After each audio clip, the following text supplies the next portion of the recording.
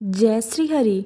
तो आइए रसपान करते हैं गुरुवार की व्रत कथा का। सालों पहले एक गांव में ऐसा गरीब धार्मिक ब्राह्मण रहता था जिसकी कोई संतान नहीं थी। वह रोज नहा धोकर मन से देवताओं की पूजा करते हुए संतान की मांग करता, लेकिन ब्राह्मण की पत्नी खूब आलसी थी।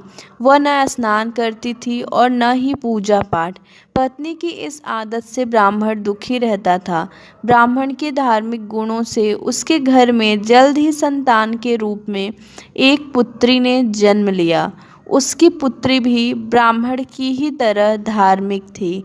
जैसे जैसे वो बड़ी हो रही थी, पूजा पाठ में उसका मन भी उतना ही लगने लगा। वह हर रोज सुबह उठती, स्नान करती और भगवान विष्णु का ध्यान व जप करती थी। इसी तरह वो बृहस्पतिवार का उपवास भी करने लगी। इससे ब्राह्मण के घर की गरीबी भी दूर होती गई। हर दिन पूजा पाठ करने के बाद वह पढ़ने के लिए स्कूल भी जाती थी। स्कूल जाते समय वह अपनी हाथों की मुट्ठियों में जौ भरकर स्कूल के रास्ते में गिराती थी। जब वह स्कूल से वापस घर के लिए आती तो गिराए गए जौ के दाने सोने में बदल जाते थे, जिन्हें उठाकर वह घर लेकर चली आती थी। एक दिन ब्राह्मण की बेटी सोने के जौ सूप से साफ कर रही थी। तभी वहां आकर उसकी माँ ने कहा, बेटी, सोने के जौ को साफ करने के लिए सोने का सूप होना चाहिए। ब्राह्मण की बेटी को माँ की बात एकदम सही लगी। उसके अगले बृहस्पतिवार को उपवास रखने के बाद उस लड़की ने बृहस्पति देव से सोने का सूप मांगा।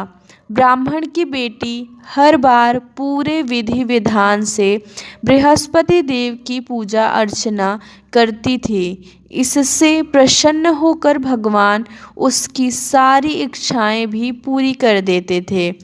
इसी तरह उन्होंने सोने के सूप वाली प्रार्थना को भी स्वीकार कर लिया।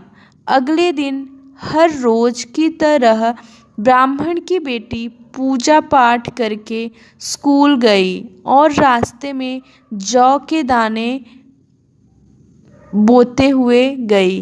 वापस आते समय जब वह जौ के दाने बीन रही थी तो उसे सोने का सूप भी मिल गया। सोने का सूप लेकर वह घर आई, जिससे उसने सोने के जौ साफ किए।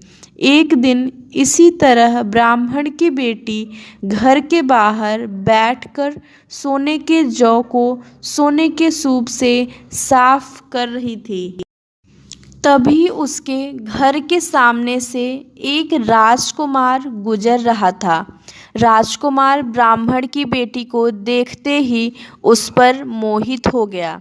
जब वह अपने महल पहुंचा तो ब्राह्मण की बेटी के मोह में उसने खाना पीना त्याग दिया।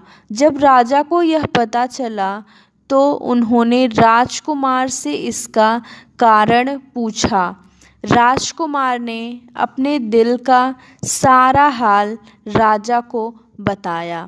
अगले ही दिन राजा अपने मंत्री के साथ ब्राह्मण के घर गया और ब्राह्मण के सामने उसकी बेटी का विवाह अपने राजकुमार से करवाने का प्रस्ताव रखा।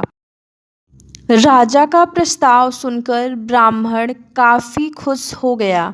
उसने तुरंत ही विवाह करने के लिए हाँ कर दी।